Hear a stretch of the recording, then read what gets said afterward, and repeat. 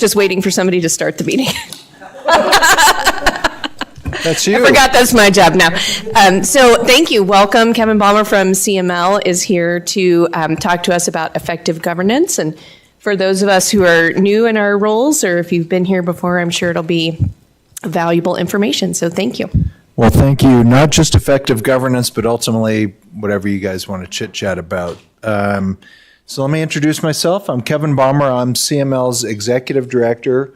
I'll talk a little bit for those of you that are newer to the family of what CML is and why each of you as individuals, individual municipalities and the family of municipalities is important to a strong Colorado Municipal League. But just a quick bit about myself. I've been with CML since, October of 1999. Where I started out not doing anything close to what I was doing now, but first couple of years basically meeting in events, and then had an advocacy background. And from 2001 to 2019 and a little bit in 2020, I was a lobbyist in the Colorado General Assembly, and the last 7 deputy director of CML and led our advocacy team. So I've kind of seen it all and done it all in terms of the State House. Also, those last few years and 4 years since, worked on the federal side of things. I am our federal lobbyist as it relates to Colorado issues before our members of the House and Senate.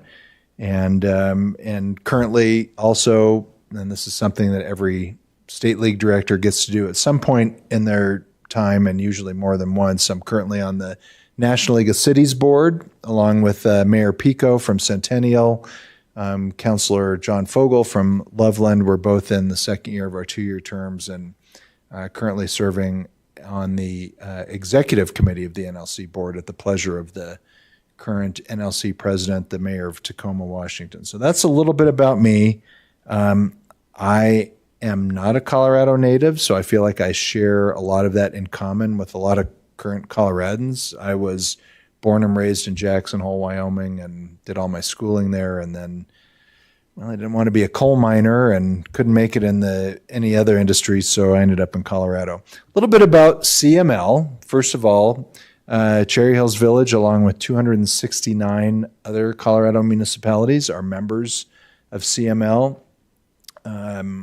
You get bonus points. It won't be a quiz, but you get bonus points if you know how many officially incorporated municipalities there are in Colorado. Raise your hand if you think you know. 272.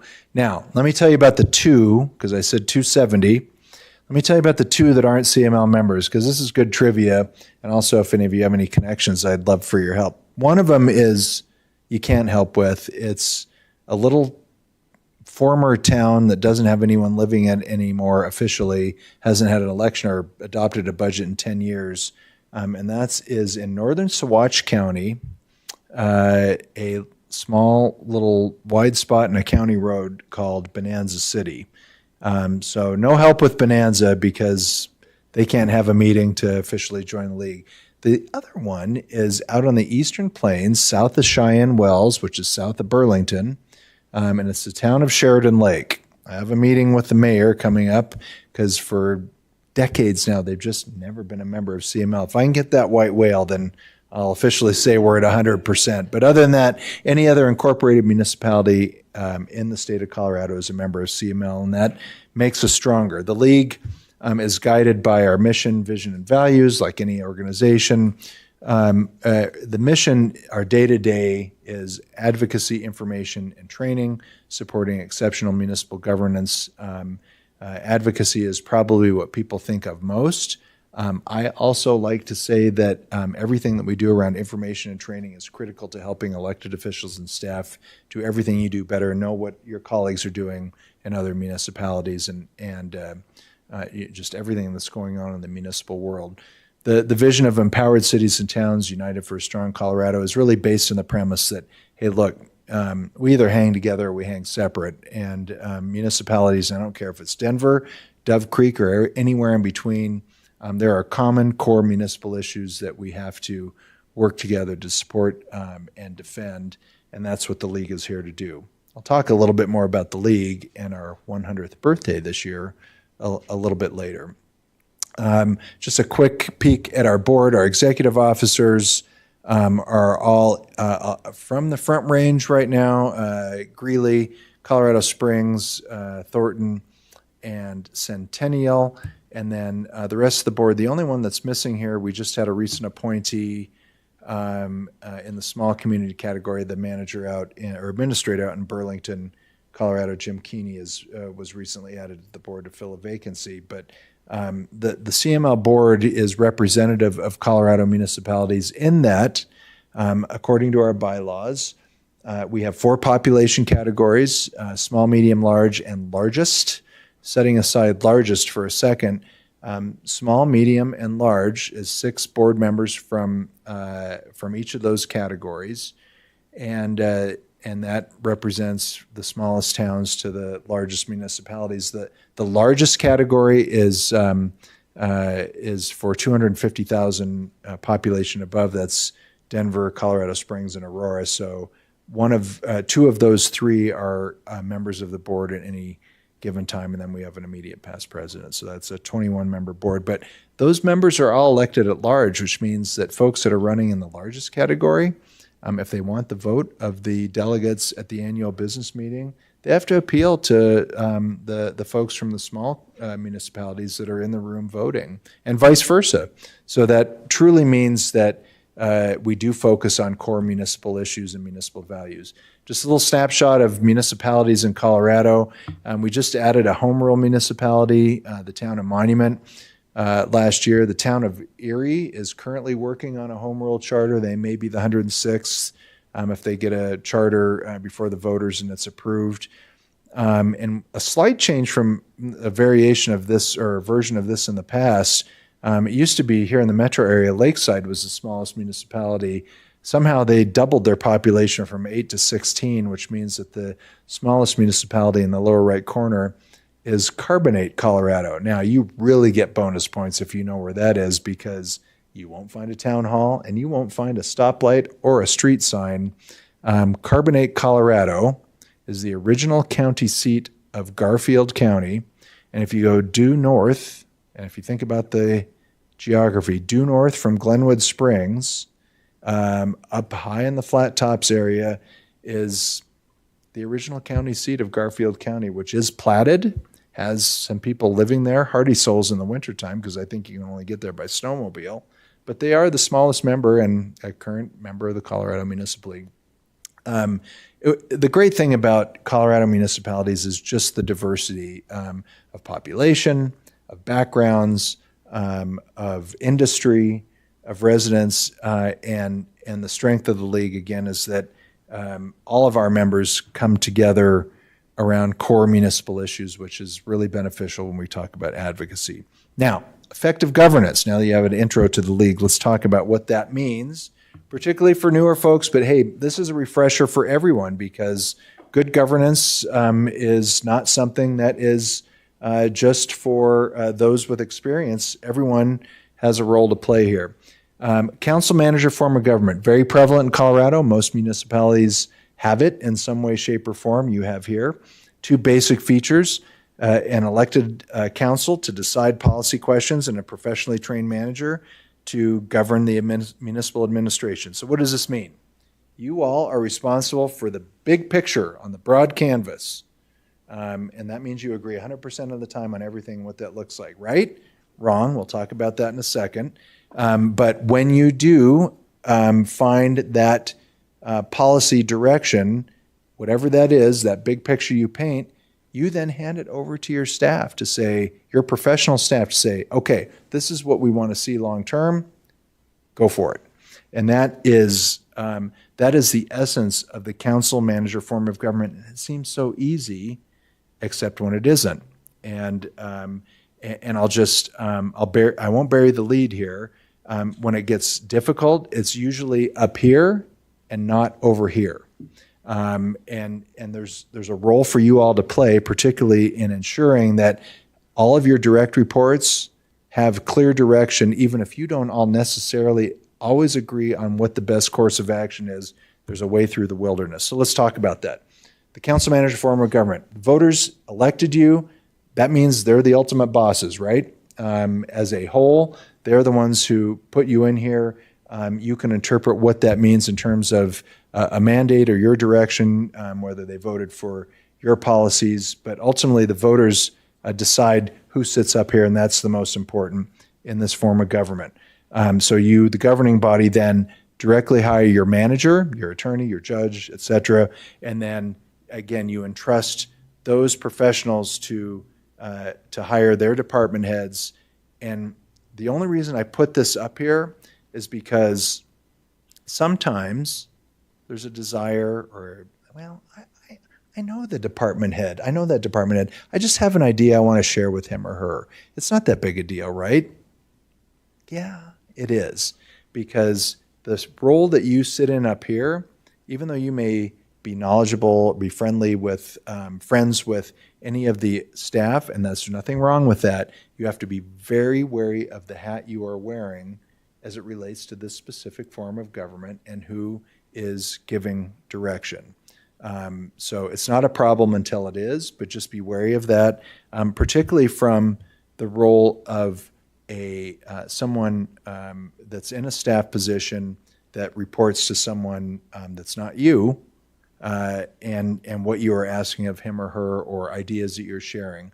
It's just a good frame of reference to keep. So I won't go into a whole lot of details here because a lot of these seem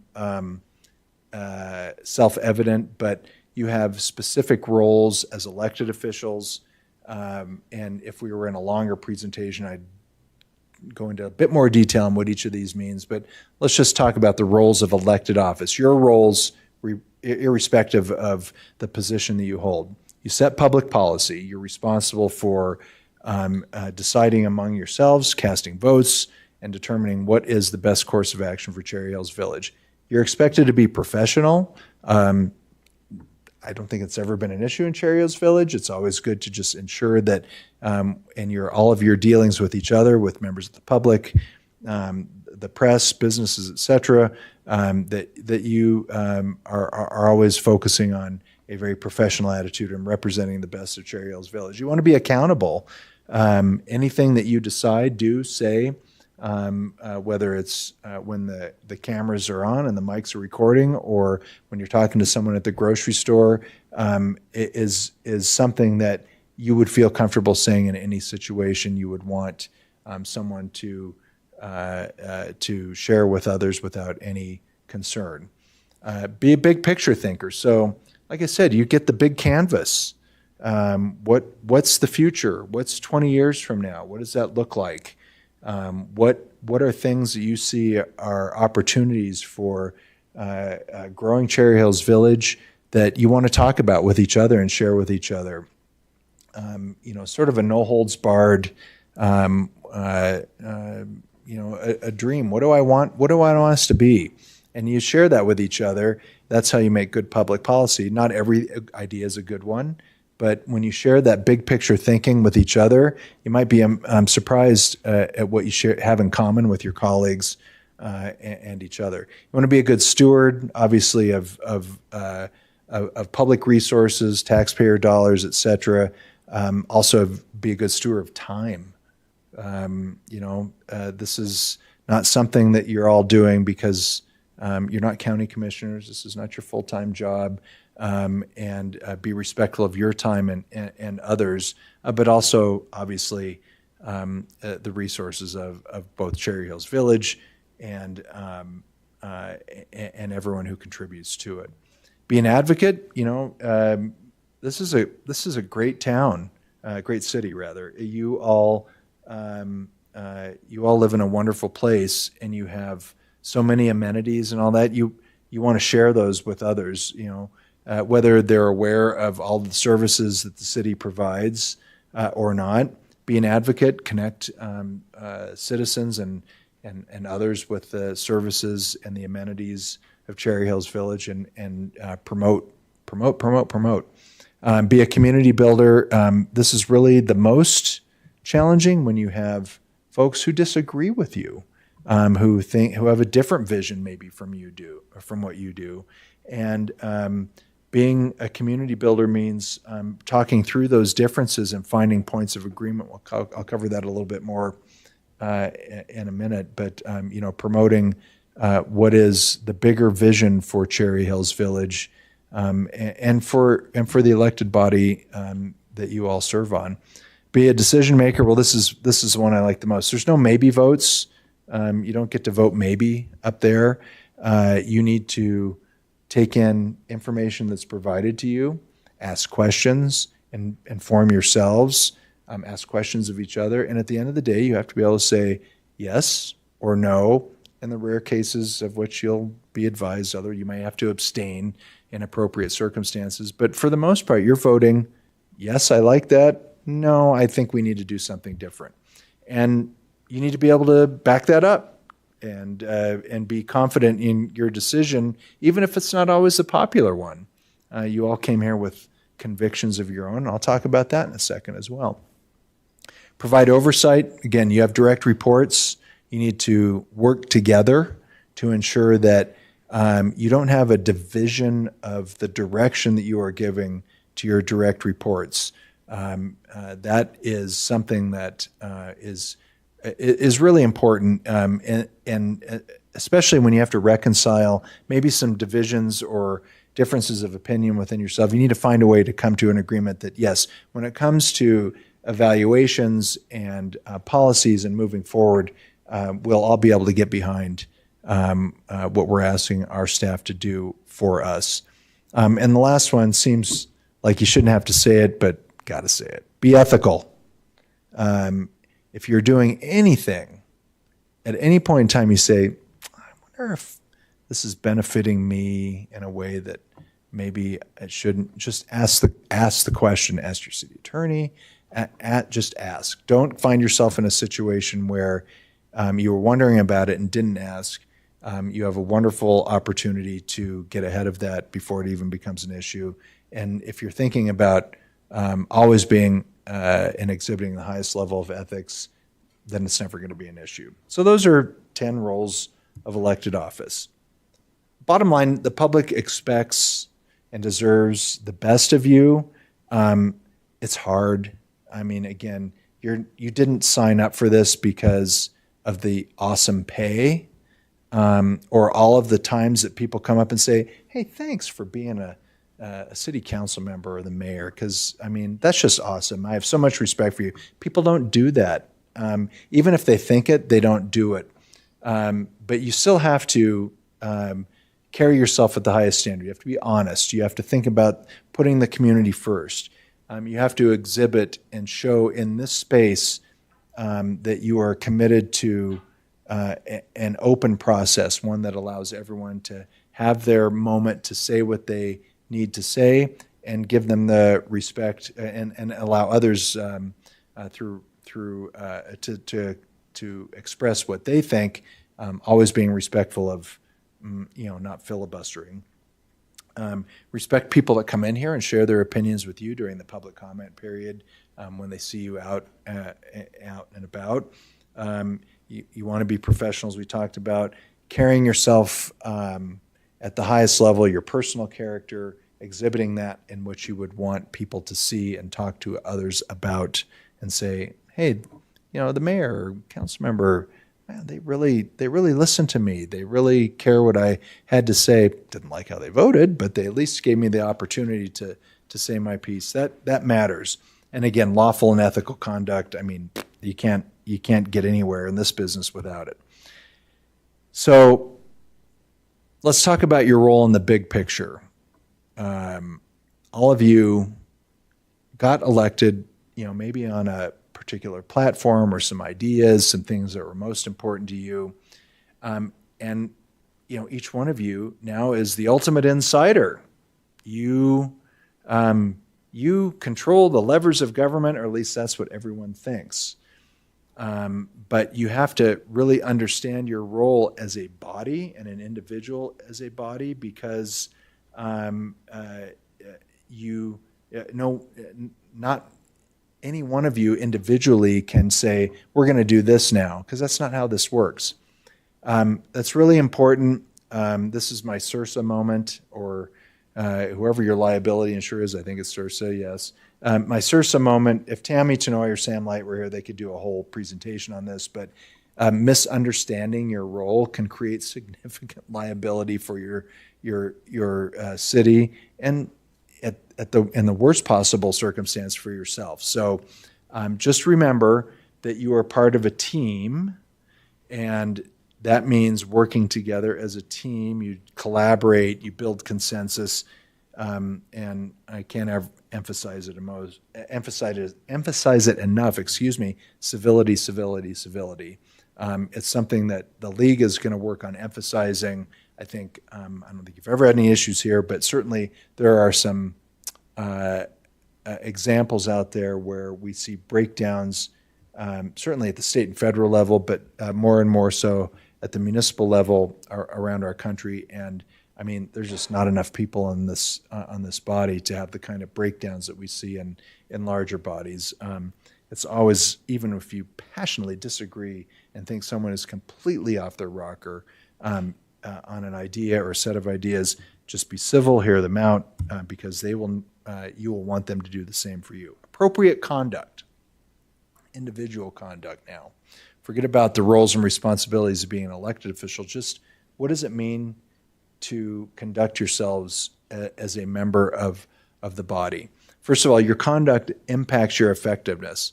The best illustration of this, if you go around with the dark cloud over you all the time, and that's what you bring to a council meeting, that will have a negative impact on every interaction that you have, either with each other or certainly with the staff.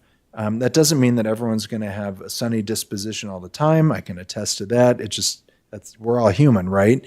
But the ability to when you come through those doors or that door, to check yourself and say, okay, what space am I in? Am I in a good space to be able to interact and have a dialogue with my colleagues about policy and listen to things, even if I don't agree with them, be able to respond? That's important. If you can respond in a positive manner, you can expect a positive response, or at least you should be more likely to expect it. It's tough because of the world we live in, but I mean, the incivility and hostileness, divisiveness, it's just not necessary in nonpartisan municipal government. It just doesn't have a place. Now, that doesn't mean that people can't be guided by their personal political beliefs. My goodness, that's the world we live in, right? But, and I will go to my grave on this, it's in this space, you don't have to wear it on your sleeve. No one gets elected as an R or a D or an L or a G, whatever your political persuasion is. When people fill in the bubble, they're filling in by a name. And if they've paid attention to the campaigning, that name is associated with something that you promoted or something you were against. So again, while that might be driven by your personal political beliefs, that's not ultimately what the voter is voting for. So it doesn't have a purpose inside the council chambers. Your leaders in the community, and this is really critical because you're also representing the city as an employer. What image do you want to have? Do you want to portray as an employer for employees or prospective employees? You ultimately set the tone for the entire organization in terms of your vision, your policies, but also in what you want those that work for you to know this organization is for. So as it relates to appropriate conduct, again, you hold perceived powers, you hold actual powers. It's just a good idea to remember the distinction between those, particularly when engaging with members of the public. You are, no matter what, you're the center of the organizational universe. Even in the council manager form of government, someone who comes up to you in the grocery store, on the corner, whatever, is not going to say, hey, I'm wondering what the city manager thinks about something. No, they're going to say, hey, I've got a problem and I want you to fix it. And again, it goes back to roles and responsibilities in a council manager form of government. You need to be able to appropriately respond and say, hey, that's a really good point. I'm going to bring that up with staff, and we'll get a response back to you, get you some more information on that. Never overpromise, because you will always underdeliver. And that's just something you can take to the bank. And just remember, no matter what, you can never, even when you walk out of here, say, I'm not going to be the mayor today. I'm not going to be a council member. I just want to do my thing. And if someone talks to me, they're not talking to me in my, no, it doesn't work like that. You will always wear that hat until the day you are no longer an elected official.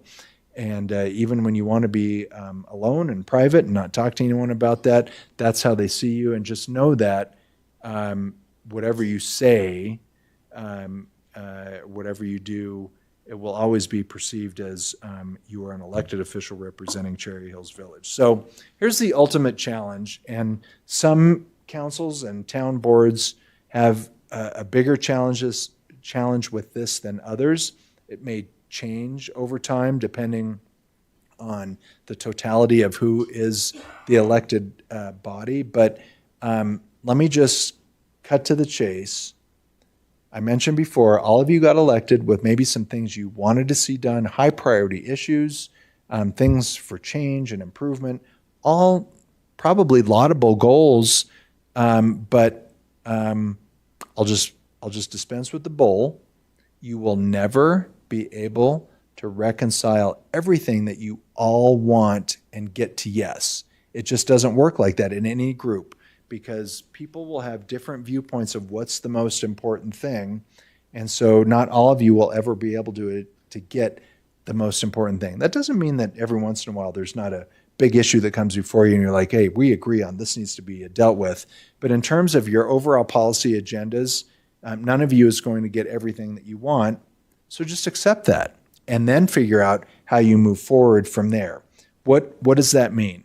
You work with each other. You spend time in study sessions and retreats, in the public forum, and you identify that, hey, your goal is as important as your goal, and so let's talk about that, because maybe I can give this up, and this I can let this one go and support you on this. If you can support me on that, that's what democracy is all about. And it changes anytime any seat on this changes. You kind of have to do it all over again if you want to support, respect, and honor everyone who's elected to the council.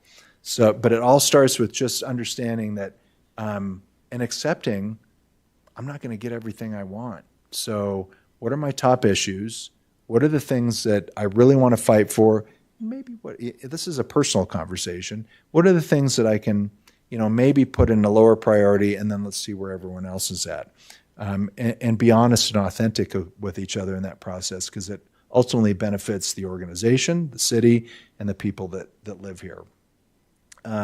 So listen to those different views, but no matter what, and this is the most important thing, I come back to this again, whatever you ultimately decide as a body, get behind it as a body so that your staff understands that this is the direction that the elected body has told us they want us to go. Now, that doesn't mean that you can't say, hey, look, the council decided to do this. I didn't personally support it, but the council voted to do it, and so that's what we're doing. If you can get to that part at the end, this is the direction that the council's given the staff.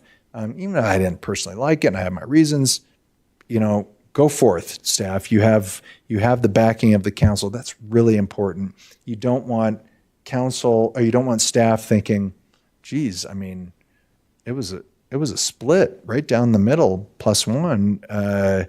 We can implement what they want, but what happens if someone changes their mind? Are we going to be in trouble, or are we doing the wrong thing?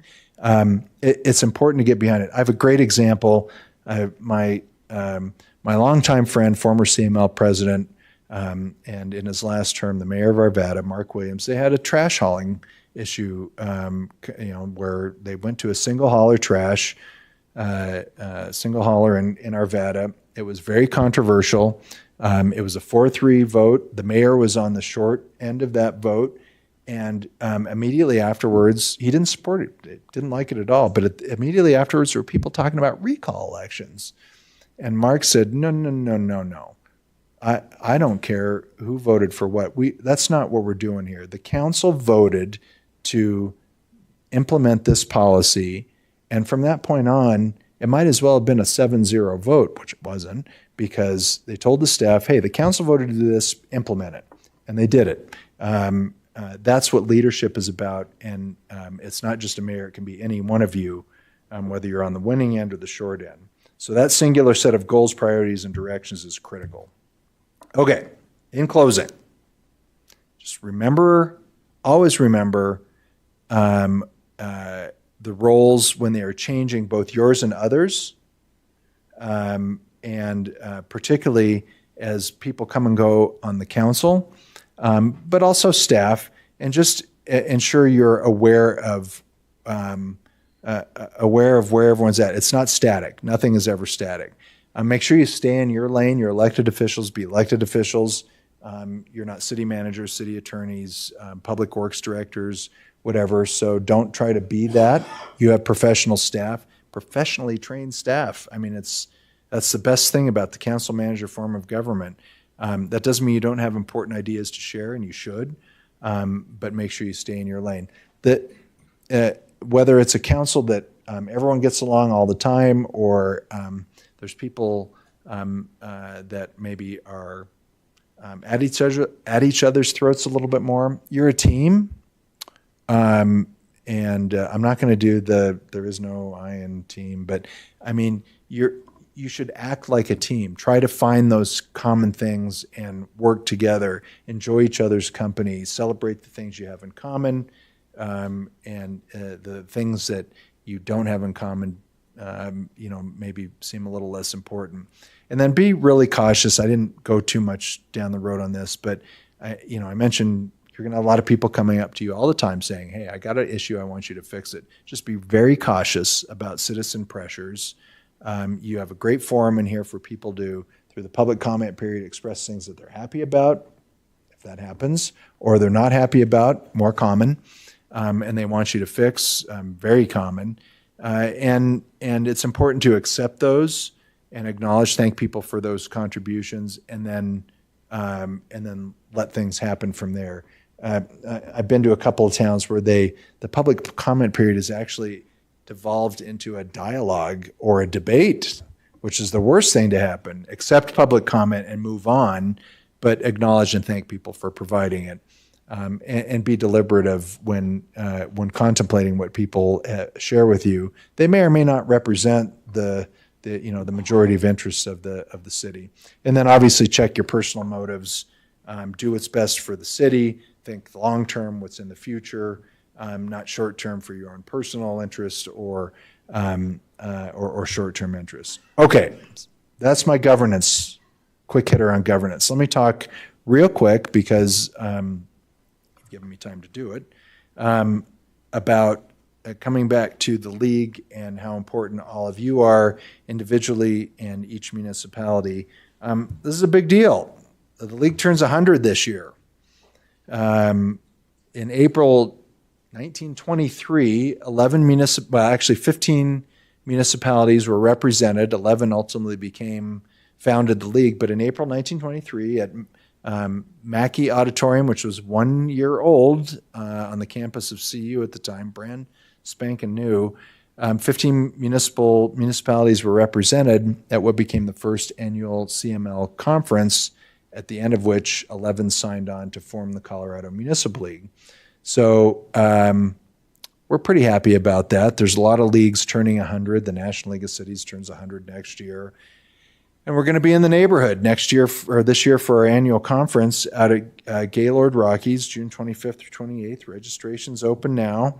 The only thing that I've said is not going to happen, and I'm firm on this, is that I'm not jumping out of a cake at the conference. Now, it doesn't mean someone won't, but it just won't be me. And as part of that, so we developed a fun logo. You'll see it on a lot of stuff, our 100-year logo. And if you go to our homepage, cml.org, on that picture on the right, the Century of Service, that's a link you can click. Over the next now 6 months, there's already 2 months worth of web stories on there, but we're going back through the history of not only CML, but Colorado municipalities and issues that are important. It's all about ensuring that folks, whether they're elected officials or staff or just someone from the outside, understand that the Colorado Municipal League is an association that started out with 11, but it's everyone now, except for Sheridan Lake. I'm working on that. And what that means is, again, municipal values and interest, what this good governance stuff means, how we present ourselves at the Colorado General Assembly and Congress through our members of the House and Senate. It's all rooted in a history that started 100 years ago and has evolved over time. And it's fascinating looking at some of the old magazines and conference programs, because a lot of these issues that we're talking about today, in some way, shape, or form, they're not necessarily new. The growing movement for professional city management, which was very part of the progressive era movement, and at the time was part of the program. We call it light rail today, but back in 1923 in the original program, there was a session about streetcars and municipal finance, and I don't think there was anything on broadband, but certainly maybe a predecessor's telegraph or railroads or telephone or something. But there are a lot of takeaways from what's happened in the past. So we're making sure to celebrate what that means, and also that for 100 years now, at least in the existence of the Colorado Municipal League, there's a lot of folks like yourselves that said, you know what, I'm throwing my name in. I'm going to toss my hat in the ring, and I want to serve my community, and honoring everyone who's done that, as well as the professional staff that supports elected officials. So that's our 100 years. I hope to see you all out at the annual conference, at least for some of it, if not all of it. I know it's not that far away, but we've got a pretty decent room rate out the Gaylord. If you need a vacation in the metro area, go for it. And on that end, I'll just say, as it relates to CML conferences, for those of you who have been to any in the past, you may know that pre-COVID, we were up in the mountains for 10 plus years, and the metro area was not someplace we usually went. I'm just going to be fully honest with you. We're very successful with our conferences, and what that means is we've outgrown pretty much every place in the mountains that has conference facilities, which is why we're at Gaylord this year. 2024, we're in Loveland, and some developments about getting back up into the mountains. Right now, we're supposed to be in Westminster, the West End, in 2025, but we may be up in Breckenridge if we can pull a rabbit out of our hat. But you'll see more metro area Front Range conferences, as long as everyone likes coming to conferences, and I'm okay with that as long as everyone else is. It just obviously has an impact on lodging and all of that. Gaylord is lovely, I hear, so I'm interested in going out there and spending some time. That's my time. So I made sure we reserved some time in case you wanted to talk about not just what I talked about here, but also I am a recovering lobbyist.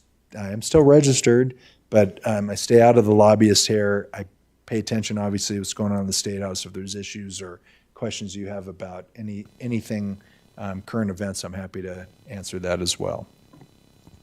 Well, first of all, thank you very, very much. I think that was very informative. And I guess in listening to that, I would just like to say that I think we're off to a great start. I think that we do think of ourselves as a team, and I think we're a highly functional council, generally speaking.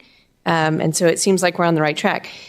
But that being said, you mentioned that, we all kind of ran on whatever our platforms were. And I, happen to know that one of the top priorities for me was preserving the character of Cherry Hills Village. Sure. And in our master plan, it specifically says low-density residential. And so I'm sure you know what's on the top of all of our minds. Yeah. And so if you could provide us with a quick update about, I don't know that there's anything more to report on, but what have you heard today? Well, let me start with this. First of all, there have been a lot of speeches, a lot of statements, a lot of interest groups saying that, and I say you all, I mean 270 municipalities around the state, you all are the reason that we have an affordable housing problem in the state of Colorado, that we don't have housing diversity, blah, blah, blah. It is blah, blah, blah, because I'm frustrated with it. I'm tired of it. But I'm trying to accentuate the positive. Colorado municipalities, as all collectively taken together, I think embrace and share a lot of the goals that some of those who wish to take away local land use and zoning authority also share, except for the part about taking away local land use and zoning authority. There is a need for an appropriate mix of both low-density single-family, high-density transit-oriented development, connecting people and places, trying to reduce or eliminate air quality issues, being very mindful of our water challenges, and ensuring that there is a place for everyone. So from the League's perspective, we've shared with both legislators, the governor's office, and others that are playing in the space that we really have a lot more in common than some people may think or say. And why don't we explore those things that we have in common? And they get sick of me saying it, flex the state and local partnership muscles that we've done so many times before, skip the adversarial stuff, the posturing, the grandstanding, the soapbox, and try to find, continue to find, I don't think it's a new thing, continue to find avenues to support that diversity that Colorado municipalities are known for. So I'll go back to where I started. There have been a lot of speeches and a lot of statements. As of today, there is no bill. There is no specific legislation. There are a couple bills and bill drafts that we've seen. We understand that those are individual legislators and that the governor's office has said, hold off, we're going to continue to have this conversation. And we have, as many of municipal and county officials have had individual conversations with particularly the governor's office. I think they've heard loud and clear, and it doesn't matter if it's the mayor of Fort Collins, the mayor of Colorado Springs, the mayor of Breckenridge, or anywhere in between. The same thing I just said. We have a lot that we're trying to do that we all agree on. Let's not spend a lot of time trying to duke it out on who gets to tell who what to do. Let's talk about ways in which the state and local governments can partner together. It's a little early to tell whether or not that message and that desire has taken root. I will just say this, and this is not in any way to diminish or disrespect the role that the governor, any governor, has to play in this discussion. But man, I spent a lot of time duking it out on a lot of issues. This is something that is going to be resolved on the second floor of the General Assembly of the State House, which is the House and the Senate, not necessarily the first floor, because any bill that goes through the process has to make it through two chambers before it lands on the governor's desk.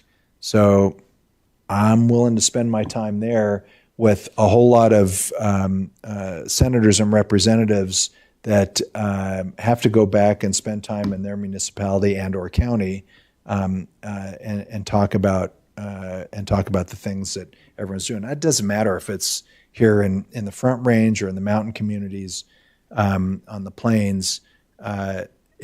What mayors and council members and county commissioners and special district board members share with their state elected officials really is important, because this narrative that no one's talking to each other, or cities and towns or counties are making decisions that impact their neighbors without any kind of consultation or discussion, it's just plain false. It's not true. And people that keep saying that can keep saying it, but it's not accurate. Legislators will be the one to ultimately carve through all of that, and I think we got a good story to tell. I'll just say this. The state and the federal government have provided a lot of resources, love it or hate it, for municipalities, whether well-situated or disadvantaged, to be able to move forward with infrastructure, with affordable housing, and a whole lot of other critical projects and processes, including, but not limited to, again, whether you support it or not, couple $100 million a year through Prop 123, and which is affordable housing dollars, and even more affordable housing dollars that the state put aside of its ARPA funding. Got to give that time to work, and in places that it makes sense, and local governments choosing to access those and develop further develop a diverse housing stock. So that's sort of my initial feedback. I just want to assure everyone that it's February. This session goes until May 8th, I think, this year. And I've seen this movie. I know how it ends. Whatever the discussions are going to be, how it ultimately ends up will be an April discussion and not a February or March discussion. And that will mean constant involvement, stress, attention, and all that. But we still got a long ways to go. So you're saying don't freak out until April, basically. No, because I don't want to do my own overpromise, underdeliver, but what I heard, I heard the State of the State address, I heard campaign trail speeches before that. What I've not heard are really anyone in state leadership, legislative leadership, or a constant banging of the drum by any legislators say, yes, we agree with that, and we've got to do something now. That's not what's going on. So I go back a few years to, when I was lobbying and we were dealing with urban renewal legislation, and it was us against the counties, and that was unfortunate. But the writing was kind of on the wall, even with a legislature that was not as homogenous as we see today, that we were going to probably see some things changing because of what legislators were saying. And I just don't see it yet. I don't even think if you analyze the, sort of the points that the governor's office has made, and having had some discussions with staff, it's still very high level. Let me just, I'll bring it up because it's important. I am standing in one of the 105 home rule municipalities. Now, no one at the Colorado General Assembly may care about what home rule means, and that's fine, because it's not a statutory creation, it's a constitutional issue. And ultimately, if the legislature really goes off the rails, I feel very confident, as we had with a unfortunate sales tax legislation that got tossed out of Denver District Court and the state didn't appeal last year. Home rule still means something in this state. And again, we're trying to use that as a basis to say, let's focus on the things we agree on and not have unfortunate disputes, spend a lot of political capital, waste a lot of taxpayers and people's time with things that ultimately are going to be in dispute going forward. We really don't have time for that. That was actually one of my questions for you, that we obviously are home rule, and the conversation has come down to, if the bottom line is home rule, then that'll be the bottom line. Hopefully we don't get there. Where does that leave the statutory cities and towns, though? and counties, in the lurch. I mean, any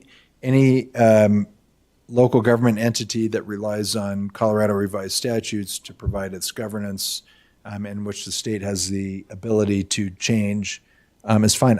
Ultimately, in this discussion, I don't think statutory municipalities are really what the General Assembly is interested in. Yeah, I mean, you set aside Erie, which is largest current statutory municipality in the state in the metro area. When you start looking at the list of statutory cities and towns, it's just not a lot of metro area. Right. Home rule is with 105 is certainly most of the Front Range. And interestingly, a lot of the more recent ones are smaller towns. Severance, Monument, Timnath, Hudson, and Hayden, Colorado. I mean, this is not just a metro area thing, but it matters and it's important. I figured out that to fall back on. I just figured out a while back that it doesn't matter. It doesn't matter trying to inform. We have a duty to inform. We let the legislature know, hey, this might be a home rule issue. But the only people that get to decide, first of all, legislators can vote whether or not they think it is or not. But the only ones who get to really decide whether or not something is a matter of local and municipal concern, mixed state local concern, or statewide concern are the justices that wear robes. And you hope it never gets that far, but sometimes it has to. Thanks. Does anybody else have any questions? Yeah, I got just following up on that. So, and everything that's been of interest to Cherry Hills for the most part, we support CML, and we always, I mean, you're out in front, and that's the way we like it. And that's the way we'd like to keep it. And obviously it's our decision, but listening to you and all of those issues, like I say, nothing till April, right up to the end of May, there's no guarantees. But this is of obviously huge importance to this community. And one of the things is do we just kind of stay the route and just say, and let Kevin and the gang just take the lead on this? Or is this one of those things where, every home rule municipality needs to be doing more and doing more separately?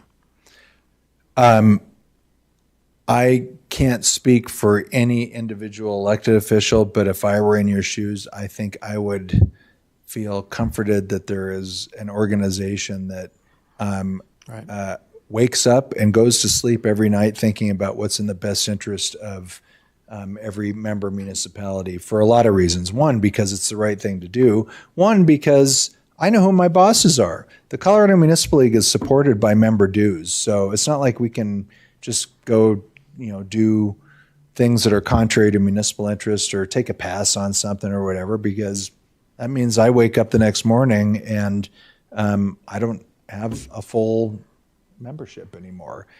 Never been an issue at CML, never will be, not on my watch. And that everyone has a voice in the process, and that when we're talking about things that are, they are core municipal issues for every municipality in the state, you can be rest assured that they are going to be top of mind for everything that we're doing. So when I say that, this is probably April or whatever, this is me saying this is such a big issue that if it were easy, they would already done it or tried to do it.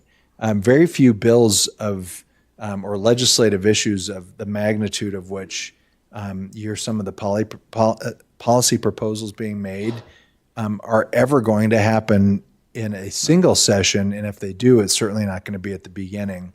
I would submit that we still haven't heard any details yet. Right. And that's that's important because I want to acknowledge that the governor's office does value the expertise that Colorado Municipal League, Colorado Counties Incorporated, Special Districts Association knows about or brings to the table about what our members do and what the law is, what the policies are, and the specifics as to how you are dealing with issues every day. They do respect that, and I've never felt otherwise. We have a fantastic relationship with the staff. It's not adversarial. We just maybe disagree on some fundamental issues, and that there are a whole lot of other voices out there outside of the state capitol that are also working to influence legislators and the governor about what they would like to see done.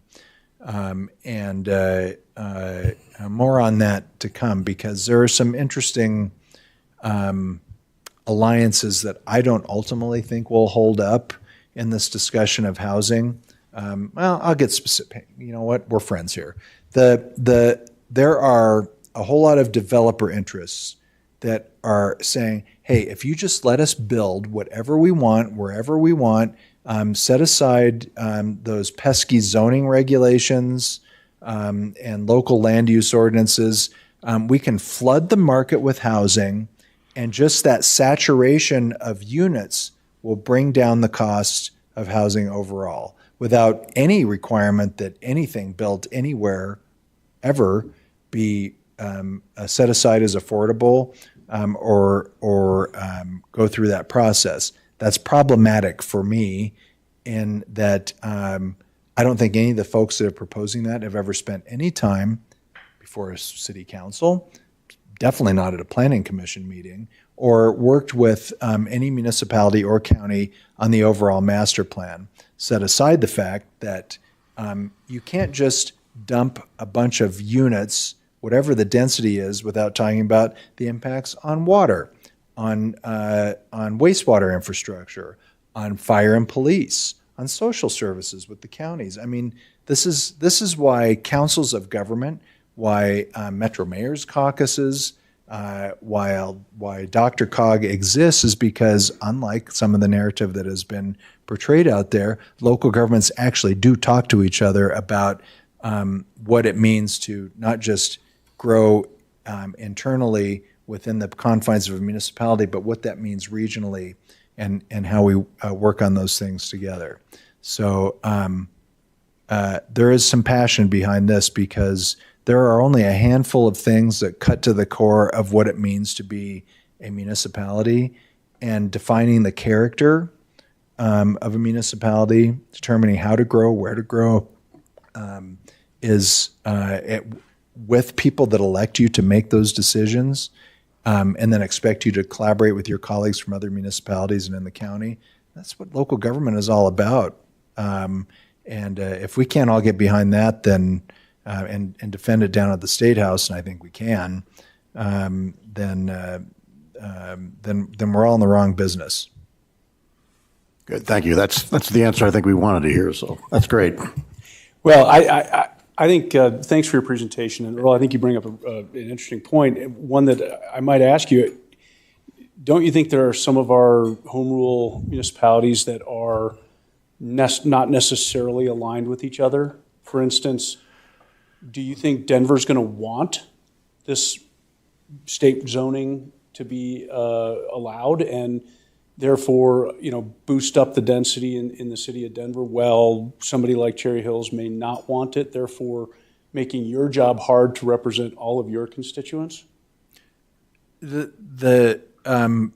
think I understand your question. The core of that is, what does the city and county of Denver want to do within Denver? What does the city of Cherry Hills Village want to do? And then how do you all talk to each other? I think that in the municipal family, I think everyone understands that it's not a homogeneous viewpoint of what housing looks like, what density looks like, what transit-oriented development looks like, and where that goes. That's, again, why no one operates in a vacuum. I think there are those relationships among municipalities and with the county that are important. So I don't worry about that, because the line, it works. The government that governs closest to people governs the best, and that an individual municipality and the council that's elected and the mayor that's elected is going to work to carry out the ultimate wishes and goals of those who put them there and their longer term vision. But they're not going to do that in a vacuum. Never have, and will be be talking to each other. That doesn't necessarily mean that it's all always in agreement or alignment, But I do think that municipalities and counties talk to each other better and more consistently and with better understanding than, say, municipalities in the federal government, to give you the extreme example, or even the municipalities in the state government. Thank you. I don't know if that answered your question, but Yeah, so, yeah, I know that we have to end. I just wanted to just add one thing real quick. Regardless of whether or not cities, us included, maybe take individual efforts, I know that Cherry Hills Village is going to continue to support the efforts of CML, and specifically because this issue rises to a level that in some ways I don't think we've seen for a long time, and what that impact might be to local control. My suspicion is that we will have increased efforts that CML may help coordinate that might really require extra participation and extra support and extra involvement from member jurisdictions like ourselves. Yeah. So I would just request, reach out to us. I will tell you, you will have willing volunteers, starting with me on this issue. So please reach out. let me close with this. And this ought to make a lot of folks down at the State House nervous. The Colorado Municipal League, Colorado Counties, Inc., Special District Association, and CCAT, Colorado Commissioners Acting Together, are all working together. We've got an initial discussion that will be starting here. The state and others will not be negotiating with individual associations. They're going to talk to all local governments all at once. One voice, one response, and that's unprecedented. That's happening now. Wonderful. Well, thank you again. We're very honored to have you here, and really My pleasure to be appreciate your here. time, and Thanks. thank you. Okay, see you soon. All right, so seeing it is now 6:31, I will call the council meeting to order.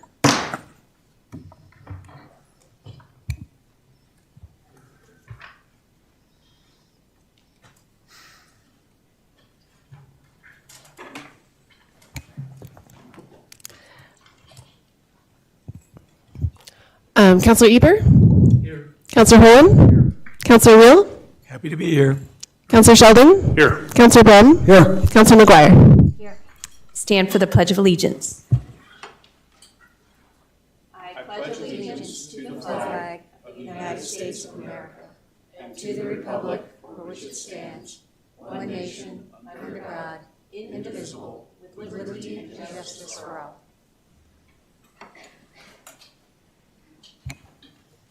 Audience participation. Okay.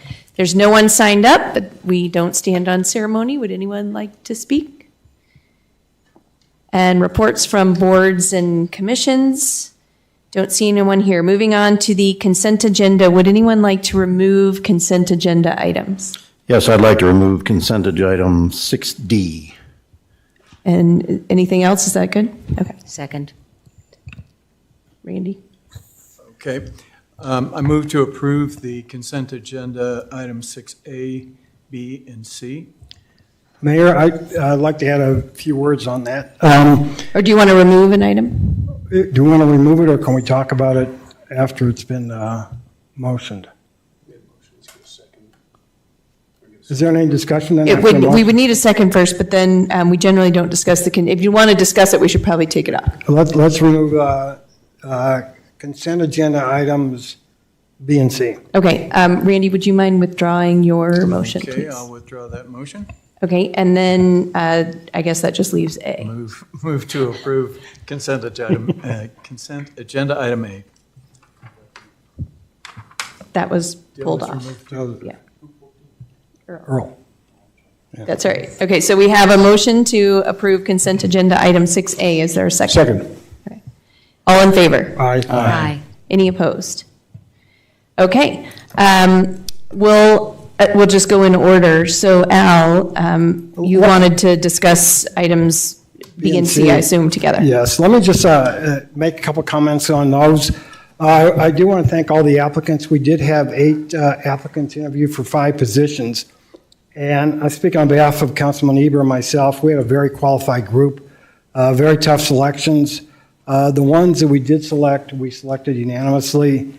and that I would ask that those who were not selected, I believe there were 3, keep their interest in serving on future boards as future openings may open. So those are my only comments. Otherwise, I would move for approval of consent items B and C. Is there a second? Second. Is there any other discussion? All in favor? Aye. Aye. Any opposed? Okay, Earl, item 6D. Yeah, this is, really an issue with regard to the question of authority and then the question of advisability as to whether we want to delegate authority for accepting donations to the city manager. And, one sort of, if we don't have the authority, it doesn't really matter about the advisability. And if we don't think we should do it, really, then that obviates the first question. But the first question is with regard to the fact that we have the power under the charter to delegate powers and duties to the city manager. And that's under, just for everybody knows, section 5.4 of the charter. And we've done that, and we codified that, other than two items of those delegated powers. To accept donations, that's under 13.7. It's under a totally different section of the charter. And I've had some discussions with the city attorney's office, and they said, well, it's really an administrative function, and so we can delegate any administrative function we want. And I'm generally okay with that. And by the way, I'm generally okay with delegating even this power to the city manager. But I'm concerned about our ability to be able to actually do that, given the fact that it is a separate section of the charter. It's not within the section that is enumerated that said we have the rights to delegate these powers. And so I probably could be convinced otherwise, but I want to raise it for my fellow councilors to weigh in, because I've got concerns that it's not really something that we can do. The other issue is with regard to it, whether it's advisable or not. One of the things that in terms of accepting donations, you first have to decide whether you think that it is an acceptable donation, whether it's something you would want to accept. And if so, then you do it. So there's a judgment factor that goes in there that council would consider, and that we would then be delegating to the city manager to think about that.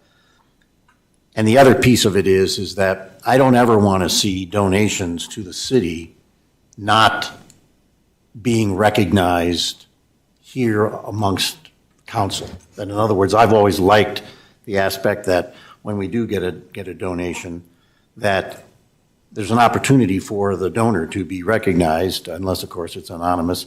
And again, it's one of the things I know that, quite frankly, when I was on council before and when I was in the audience watching, something that I know that you, Madam Mayor, always did was you'd remove it for that same reason. So I've got those concerns from an advisability perspective too. So overall, I've got concerns about delegating that for those reasons, but I'm open to hear what my fellow councilors say as well. So, Hold on, Susan, I know you had some concerns too. Do you want to? I hadn't looked at the authority issue, and not having the code in front of me, I would want to look at that part of the code to be able to evaluate that. My concern addressed more the advisability of accepting or of delegating to the city manager the advisability of accepting certain types of donations. So, for example, there are some types of donations that I wouldn't have an issue of delegating. For example, the type of donation that came in, I think it was at the last meeting, equipment in the gym.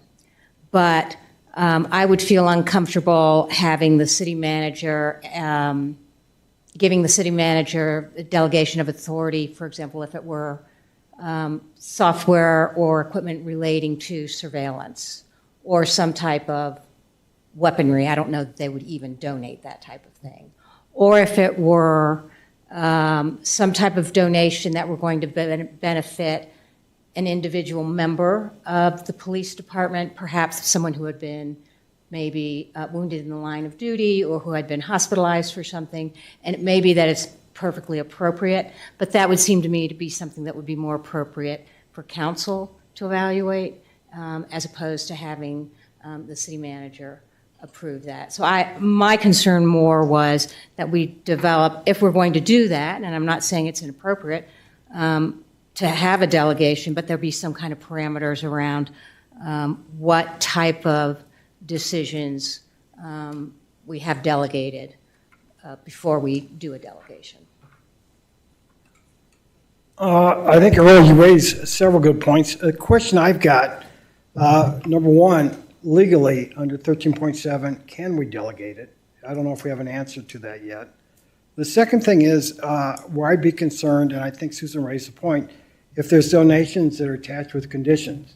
For example, I'm going to give you $1 million and you're going to shut this park down, or something like that we don't want to delegate to the city manager. So I've got really two questions. One is, and those I think we can look at individually as a council, but the question is, legally, can that be delegated, or do we have to amend 13.7 to allow that to be delegated?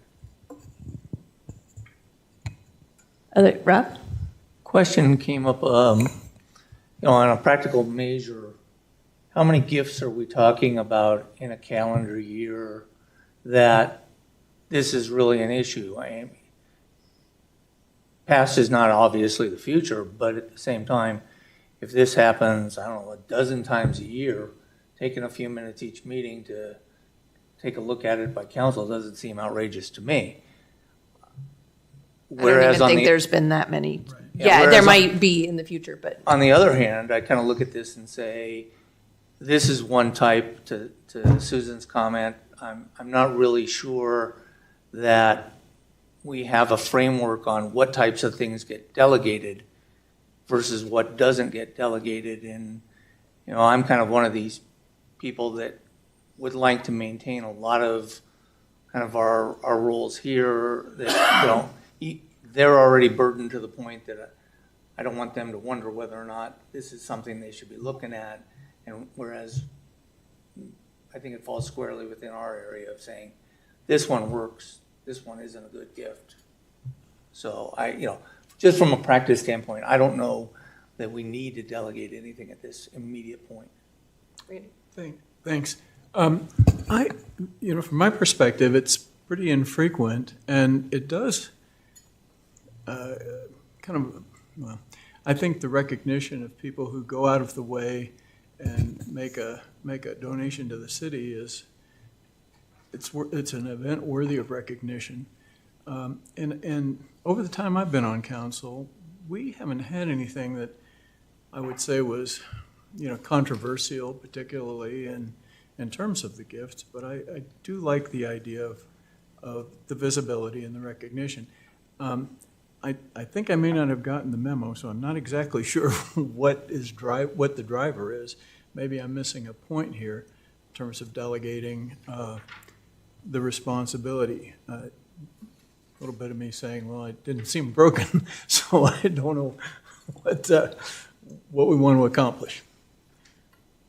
Well, that was my question, is what are we trying to accomplish here? And I agree with other counselors. I don't know that we've got enough on our agendas that we need to delegate this off of our agendas. But I don't feel strongly enough really either way. But if there's legal issues with doing it or liability issues with doing it or practical matters that should be looked at, then maybe we just leave it status quo.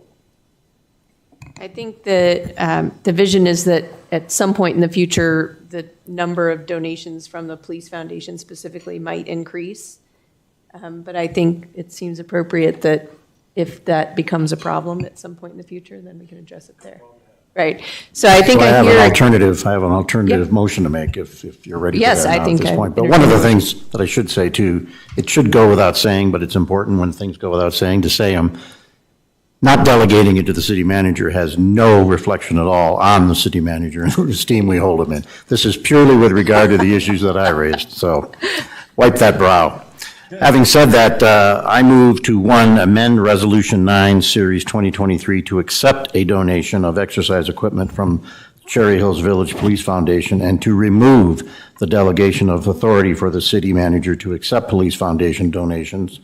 2, to adopt the amended Resolution 9, and 3, authorize the city attorney prior to the mayor signing the resolution to revise the resolution to be consistent with the amendments adopted by city council. Second. Oh, and you just came up with that on the top of your head, huh? That's impressive. I second that. Second by Al. All in favor? Aye. Any opposed?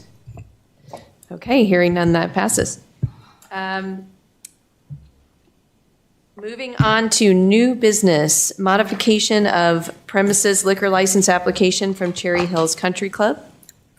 Clerk Gillespie. Good evening, Mayor Brown and members of City Council. Excuse me. Staff is presenting for council's consideration tonight, excuse me, modification of premises for Cherry Hills Country Club. As you all are aware, they have been working on a remodel of their clubhouse for several years now. As part of that, they did change the locations on their property where liquor was served during construction. That modification of premises was approved administratively per the regulations in the city code. This current modification of premises application is to reinstate the new clubhouse as part of the licensed premises. And because of our code that you can see on the screen here, the 50% or more square footage of the licensed premises kicks in this instance because it is such a large building and it was removed completely. So now we're adding it back in. So that's a lot more square footage that's being added to the licensed premises. And that's why it's coming to you as a liquor license authority. So as you can see in our municipal code, there aren't a lot of requirements for the application to meet, but we find a lot more of those in state statute. So in this case, it's pretty straightforward because the clubhouse and the club are not changing as far as their role and their who owns the property, their impact on the neighborhood. So those items, we find that there's no change. They will be required to meet and are being required to meet all of the zoning and building guidelines. And we'll have to go through all of that process as everyone does. They haven't changed their location as far as relationship to a school. And it's nothing's changed basically. We're just adding it back in. So staff finds that the application is complete, that the proposed premise modification applies with applicable law, regulations, and criteria. And we do recommend City Council approve the application. Staff is happy to answer any questions. We also have Aaron Piatowski from the Country Club here if you have any specific questions for them. Thank you very much. So does anyone have any, before we move on to motions, are there any? Yep. Mayor, Susan. I'd like to disclose that my husband is a member of the club, and although I am not a member, he is, and there is a potential conflict.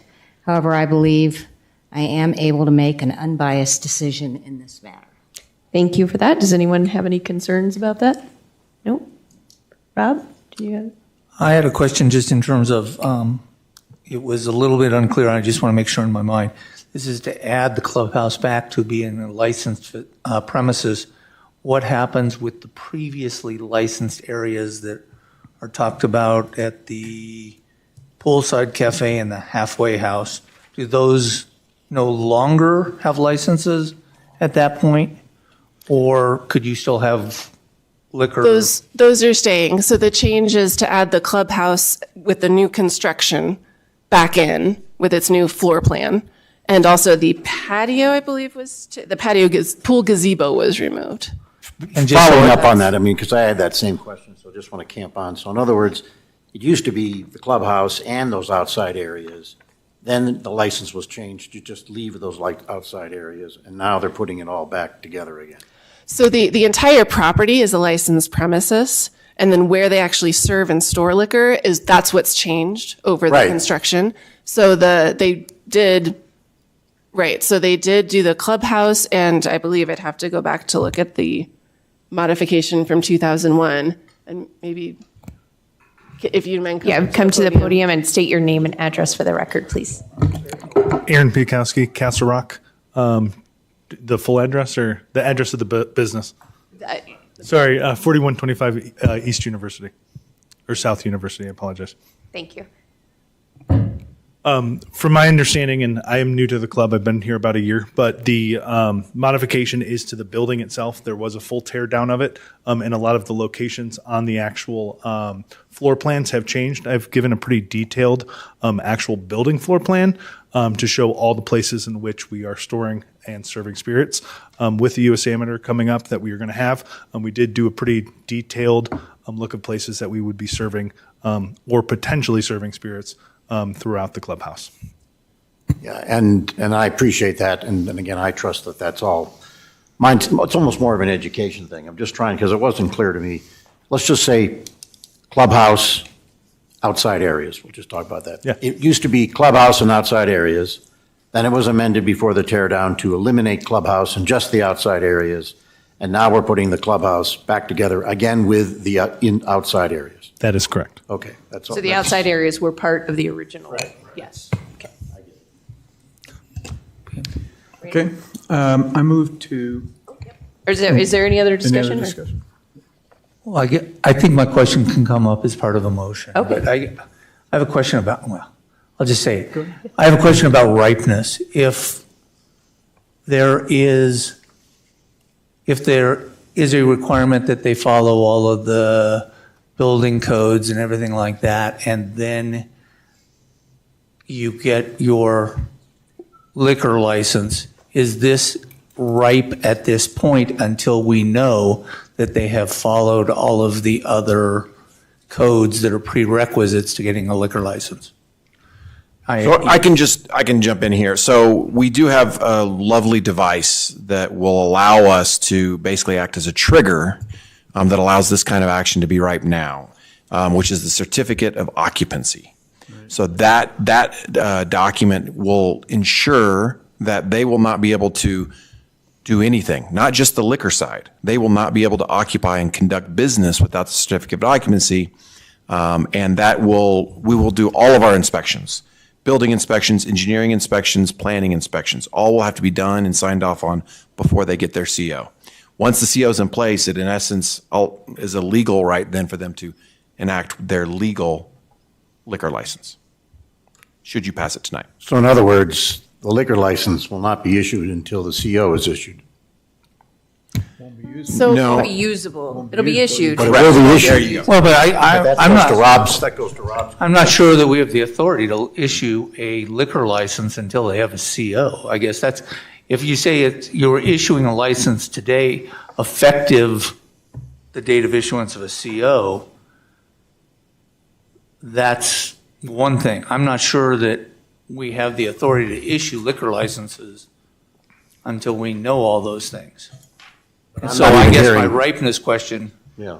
I don't know if I'm looking over here to council. Yeah. But I didn't hear, what you just said is not what Chris said, and everybody.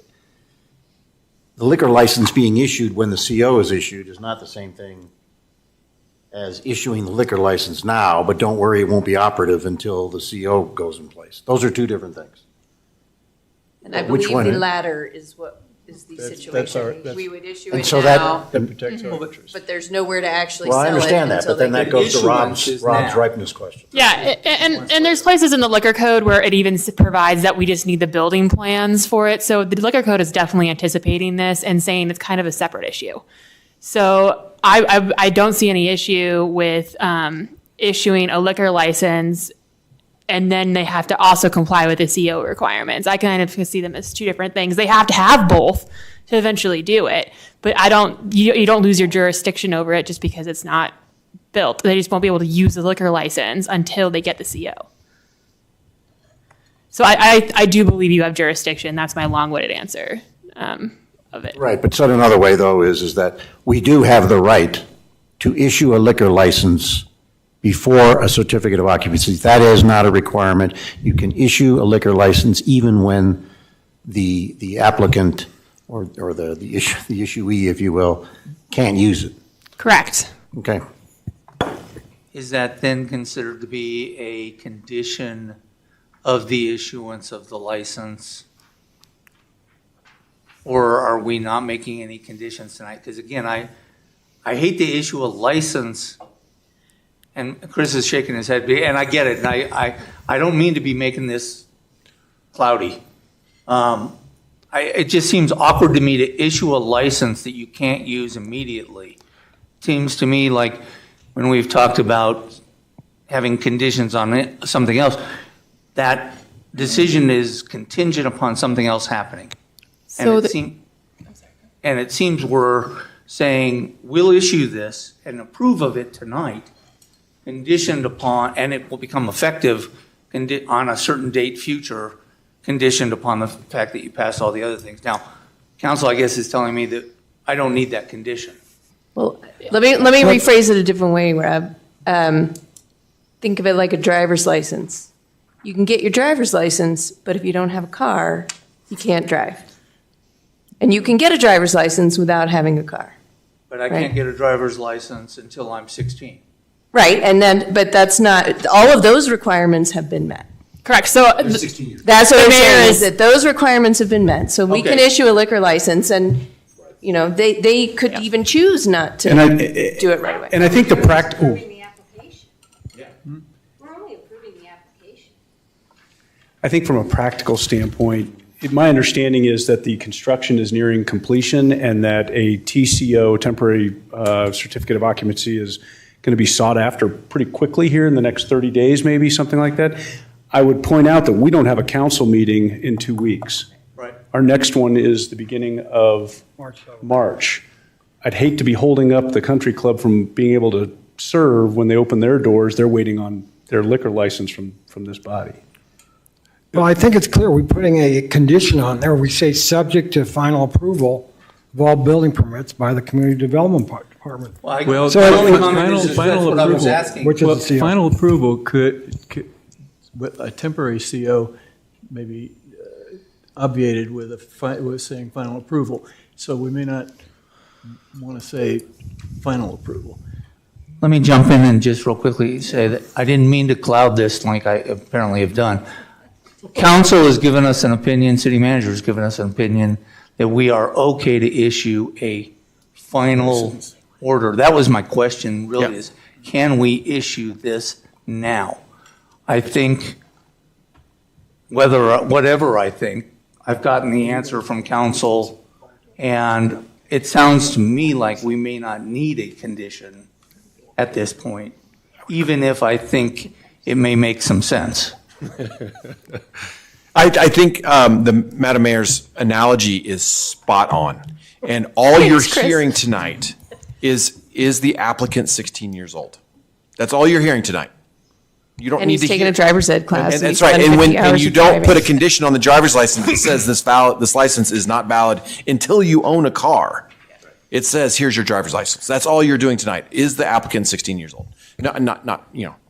Did you have it? Yeah. A little bit older than 16, Yeah. 100 right now. I think the big thing is too, is if, for instance, there is a delay in the building, we also serve outside of the building as well. So the liquor license is compared to is one unit, both outside the building and also the building itself. We're just updating and letting everybody here know what is going to be a storage unit, and also where we're serving the spirits in said place. We know from our stock and train that we're going through to our TCO that there will be no service. As the one that is in charge of said service, we do not want to jeopardize the future, is kind of the best way of saying it. Yeah, that's actually interesting. That's actually interesting. I mean, and again, all of this makes sense, and I know nothing's going to happen that shouldn't happen, but I hadn't thought about that till you just said it, right? I mean, you had a license for the building and for the grounds, and you were serving liquor. You then modified the license, which you had to do because you tore down the building, and it was just the outside, and again, it's only one license, and you're serving it. Now we're putting them back together, one license.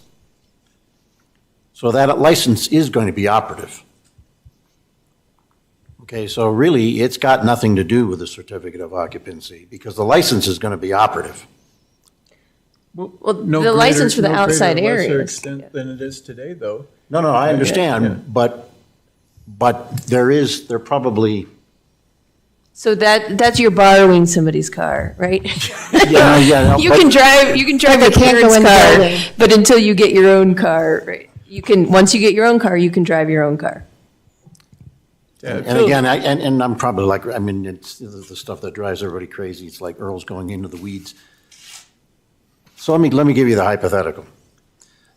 They can't utilize the new clubhouse without a certificate of occupancy and have people in there and what have you. You're not allowed to do that. And if they did, they'd be in violation of that aspect for us.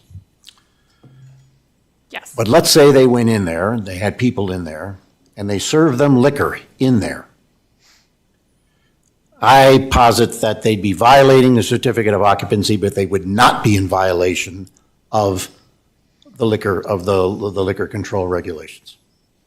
Who doesn't think that's true? Well, and if you keep this statement in there, subject to final approval of all building permits by the Community Development Department, then they would be. I agree with the mayor on that. If they violate that, then they have violated the liquor provision also. They got them both. They violate both. I see your point, but that, by adding that condition there, they would be, the license wouldn't really be valid if those building permits weren't finally approved.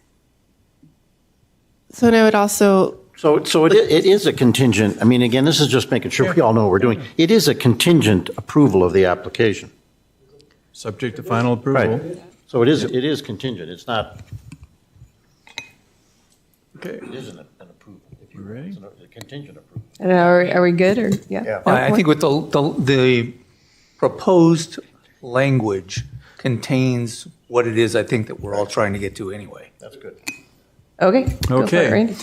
I move to approve the application for a modification of premises for the club liquor license held by Cherry Hills Country Club at 4125 South University Boulevard in the city of Cherry Hills Village, based upon the findings outlined in the staff report dated February 7, 2023, and subject to final approval of all building permits by the Community Development Department.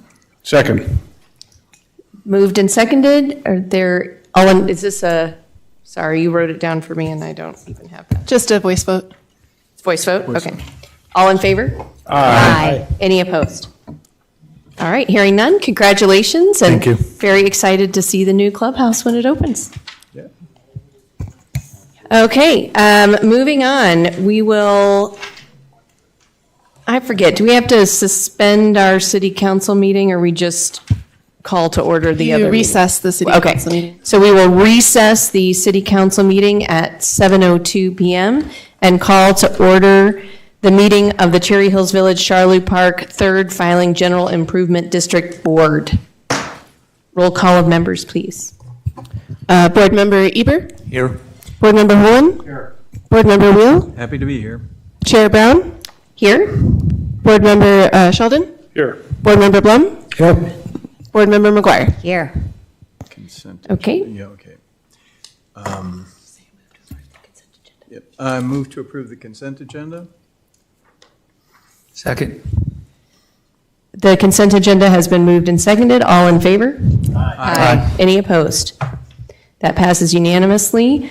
There is no items 13, 14, 15. I hereby adjourn the meeting of the Cherry Hills Village Charlou Park Third Filing General Improvement District Board at 7:03 PM. And I call to order the meeting of the Cherry Hills Village Southmoor Circle and Hudson Parkway General Improvement District Board at 7:03 PM. Roll call of members, please. Oh, wait. My gavel. Board Member Eber? Here. Board Member Holen? Here. Board Member Wheel? Happy to be here. Chair Brown? Here. Board Member Sheldon? Here. Board Member Blum? Here. Board Member McGuire? Here. Yep. Move to approve the consent agenda. Hang on one sec. Oh, yeah? Oh, sorry. I might pull it just for 30 seconds. Okay. Okay. Okay. So I guess just a real quick, maybe Rob Eber type rabbit hole question. I've already been characterized. You've already got the label. I just want to make it very clear that at the last meeting, when I said that I was happy to be here and that I'm sure I'd make many mistakes, Susan, you have no problem ever worrying that you'll make less than me. That's right. So I have a question, Laura, about our minutes for the two GIDs. I can ask it regarding the Southmoor and Hudson Parkway, since that's the one we're on, but it's really applicable to both. The minutes contain everything about council member so-and-so saying this and the mayor doing that. aren't we board members and chairpersons? And should the minutes reflect board members and chairpersons as opposed to council members and mayor? Yep, there's also serving ex officio at the beginning there, but I can change that. I don't feel strongly. I just pointed out to our city clerk that if maybe that would be the right way to do it, and I don't really care either way. I just thought I'd bring it up. With that, I'll let it proceed to a consent agenda. Okay, move to approve the consent agenda. Second. All opposed? All in favor? Aye. Any opposed? That passes unanimously. I will hereby adjourn the meeting of the Cherry Hills Village, Southmoor Circle, and Hudson Parkway General Improvement District Board at 7:05 and reconvene the meeting of the Cherry Hills Village City Council. And move on to reports.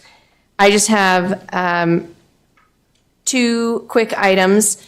The first, and this has come before council in the past, I'd like to ask the council's opinion on having Cherry Hills Village join the South Metro Denver Chamber of Commerce.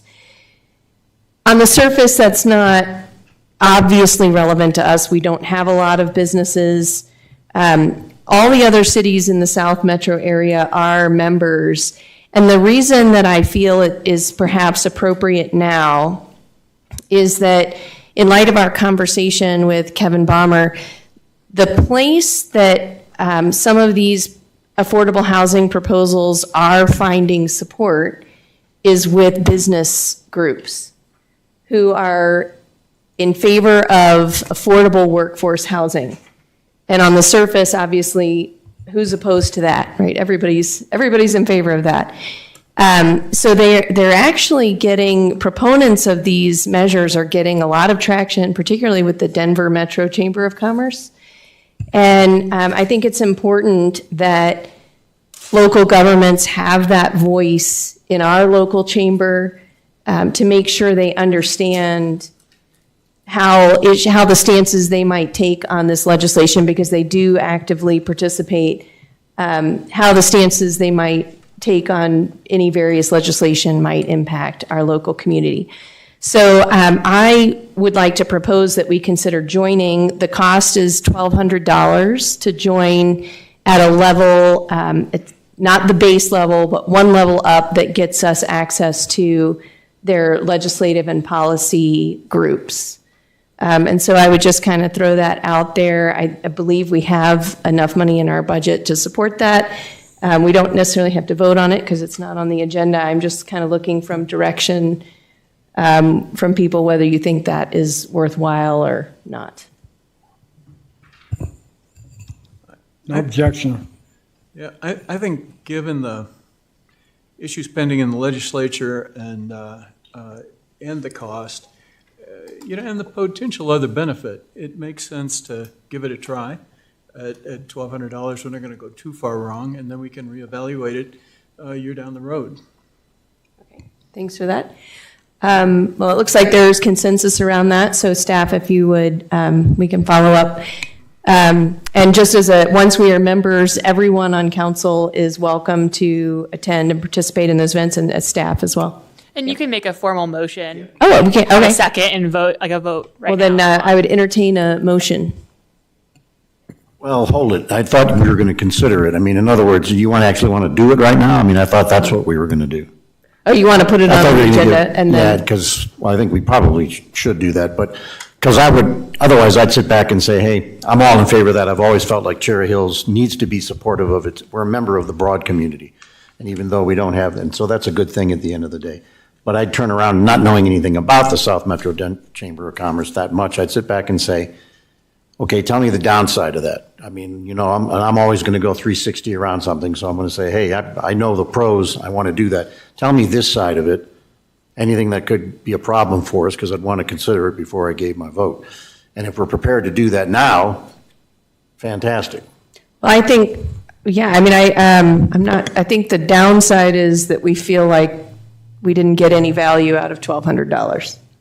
I can relay the last time this was proposed and discussed by council, there was one downside that was discussed prominently, which was our lack of businesses within city boundaries represents, maybe that's not the best use of money because we're not really meeting the primary mission of a chamber of commerce.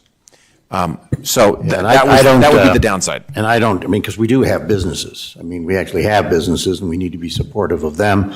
Like I say, I just don't know anything about the activist level of South Metro Chamber of Commerce, positions that they may have taken that could be antithetical to positions that we have in the past and that might come up in the future. And that's all I'd ask, is just say, hey, could there be some? What might they be? Have we considered it? And if the view is, of the learned people here, there hasn't been anything and there never will be anything, terrific. There's no reason to. Like, don't think we can ever, guarantee that they're not going to take a position that we don't agree with. But I think we have a better chance if we're part of that discussion in determining what positions they're going to take. Some of the benefits of chamber membership are things like having a ribbon cutting for your business and attending leads groups. And obviously, so I can see why in the discussion those elements aren't relevant to us. But they do have a few particular groups within the chamber that I think are relevant.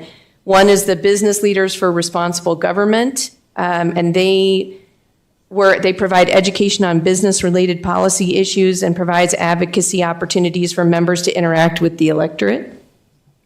They have their Economic Development Group, and they have their Economic Forecast Breakfast that I was at last week. Specific membership, we have to be in the one level up to participate in that. And then they have the Legislative Action Committee that monitors bills, taking positions on proposed legislation on behalf of the chamber during the legislative session and on an as-needed basis. So those are the three areas that I do think are particularly relevant right now. I would suggest that if we think that we can glean anything of value between now and the end of the legislative session on May 8th, that would be beneficial to our citizens and to our city, this would be a small price to pay to join and glean that information. We won't have that opportunity for much longer because we meet next again a month from now, and by the time we were to authorize the joining of the chamber, we're that much closer to the end of that legislative session. I don't know that we get our bang for our buck. If the goal is, first and foremost, try to glean something from what they're working on, and then also obviously the benefit to our businesses within the city. Yeah, and just to make it clear, this was not a $1,200 question. I mean, that is not the issue at all. The question is always the unintended consequences. I don't think there are any based on what I'm hearing, but I don't think you should ever go into anything without going around on the other side of that issue. And that's why I'm asking it. So otherwise, based on that, I don't have an issue. Is there anyone who would make a motion? I am happy to do so. May I see the levels of sponsor? Oh, yeah. We're joining at the MVP level. Okay, I would move that we instruct staff to join the South Metro Denver Chamber of Commerce at the MVP level at $1,200 per year. Second. All in favor? Aye. Any opposed? Thank you, that passes. And I will make sure that all of the activities are open, that everyone is informed and you're able to participate if you're available. The second thing that I just wanted to mention briefly, and I know Earl touched on it when Kevin was talking, is that we have had some questions about how much we need to activate on our own as a city in terms of lobbying or just opening discussions with legislators about this issue. And so I know Al had kind of taken the lead. We had a phone conversation last week with one potential partner. Greenwood Village is looking at engaging someone, and that's an opportunity for us to partner with them.